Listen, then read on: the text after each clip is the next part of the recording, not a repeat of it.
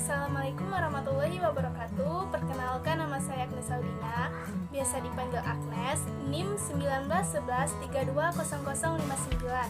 Saya merupakan mahasiswi Universitas Islam Negeri Fatmawati Bengkulu atau UINFAS Bengkulu.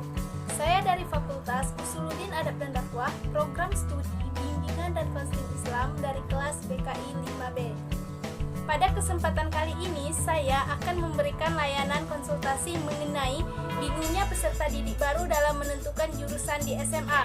Nah, pada peserta didik baru nantinya mereka akan bingung mau masuk di jurusan IPA ataupun IPS. Di sini saya akan memberikan sedikit pengarahan kepada adik-adik sekalian supaya nantinya tidak salah dalam memilih jurusan. Teman-teman, kita saksikan video berikut ini supaya nantinya teman-teman tidak salah dalam memilih jurusan di SMA.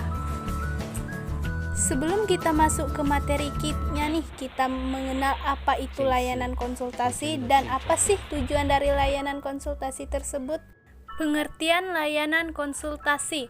Layanan konsultasi atau KSI merupakan layanan seorang pelanggan, disebut konsulti, yang memungkinkan konsulti memperoleh wawasan, pemahaman, dan cara-cara yang perlu dilaksanakannya dalam menangani kondisi dan permasalahan pihak ketiga. Tujuan dari layanan konsultasi sendiri adalah layanan konseling oleh konselor sebagai konsultan kepada konsulti dengan tujuan memperoleh wawasan, pemahaman, dan cara-cara yang perlu dilaksanakan konsulti dalam rangka membantu terselesaikannya masalah yang dialami pihak ketiga atau konseli yang bermasalah. Langkah-langkah dalam layanan konsultasi. 1. Perencanaan. Tahap perencanaan ini meliputi mengidentifikasi konsulti, mengatur pertemuan, menetapkan fasilitas layanan, menyiapkan kelengkapan administrasi. Kedua, pelaksanaan. Tahap pelaksanaan dimulai dari menerima seorang konsulti, menyelenggarakan penstrukturan konsultasi, membahas masalah yang dibawa konsulti berkenaan dengan pihak ketiga, mendorong dan melatih konsulti untuk mampu menangani masalah yang dialami pihak ketiga dan memanfaatkan sumber-sumber yang ada, membina komitmen konsulti untuk menangani masalah pihak ketiga dengan bahasa dan cara-cara konseling, dan melakukan penilaian segera. Ketiga, evaluasi, yaitu melakukan evaluasi jangka pendek tentang keterlaksanaan hasil konsultasi. Keempat, analisis hasil evaluasi, yaitu menafsirkan hasil evaluasi dalam kaitannya dengan diri pihak ketiga dan konsultasi sendiri.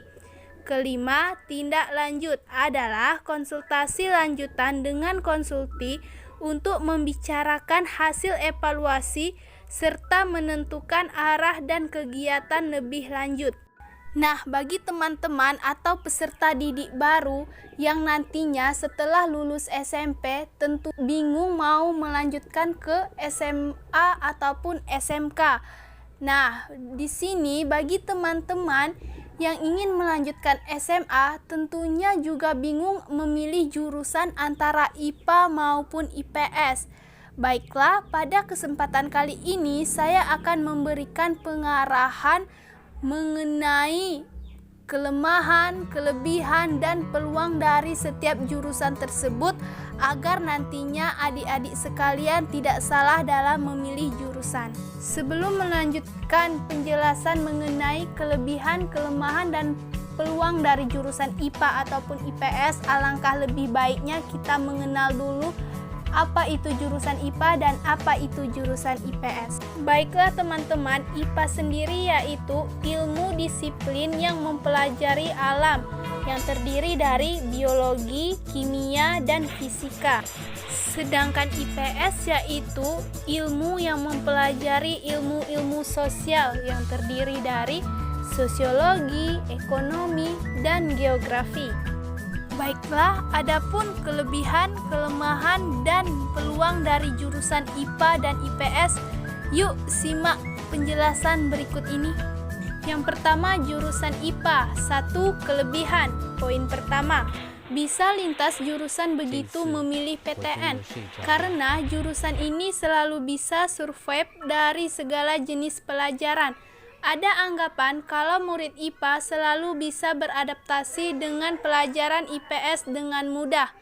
Poin kedua, melatih kemampuan logika dan penyelesaian masalah, sehingga dalam dunia kerja lulusan IPA juga dianggap bisa bekerja di bidang IPS. Kedua, kelemahan. Poin pertama, sering terlihat belajar terus, seperti tak ada waktu santai, agak kurang dalam pengetahuan pergaulan. Poin kedua, pada akhirnya sering memilih IPS karena mengaku salah jurusan pada waktu kuliah, karena tidak kuat menjalani beberapa mata kuliah.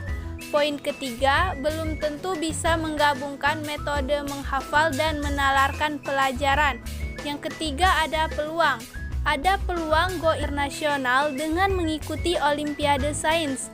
Pada saat kuliah nanti, bagusnya sih juga mempelajari ilmu bisnis dan marketing untuk mendukung ilmu tekniknya. Selanjutnya yaitu jurusan IPS. Satu kelebihan. Poin pertama, bukan santai sih, tapi pelajarannya memang hanya membutuhkan penalaran saja. Kedua, saat ini dunia kerja lebih membuka lapangan pekerjaan luas untuk jurusan sosial. Yang ketiga adanya karena masih ada waktu untuk bergaul, wawasan tentang dunia pergaulan bisa lebih luas. Kedua, kelemahan. Poin pertama, sangat berat bila bersaing di bidang IPA atau eksakta. Yang kedua, cap miring soal jurusan pelarian dan gayanya yang santai. Yang ketiga ada peluang. Poin pertama, keahlian komunikasi yang baik harus ditambah dengan penguasaan bahasa asing supaya bisa menguasai dunia kerja yang makin go internasional ini. Nah, baiklah, itu tadi penjelasan mengenai kelebihan, kelemahan, dan peluang dari jurusan IPA dan IPS. Saya harapkan kepada peserta didik baru nantinya agar lebih teliti dalam memilih jurusan. Takutnya nanti kalian salah jurusan. Usahakan jurusan yang kalian pilih itu minat dari hati dan kalian mampu untuk menjalaninya. Baiklah, itu tadi layanan konsultasi yang telah saya berikan kepada peserta didik baru dan teman-teman sekalian. Semoga itu dapat bermanfaat bagi kita semua. Kepada peserta didik baru, saya harapkan nantinya teman-teman tidak salah dalam memilih jurusan.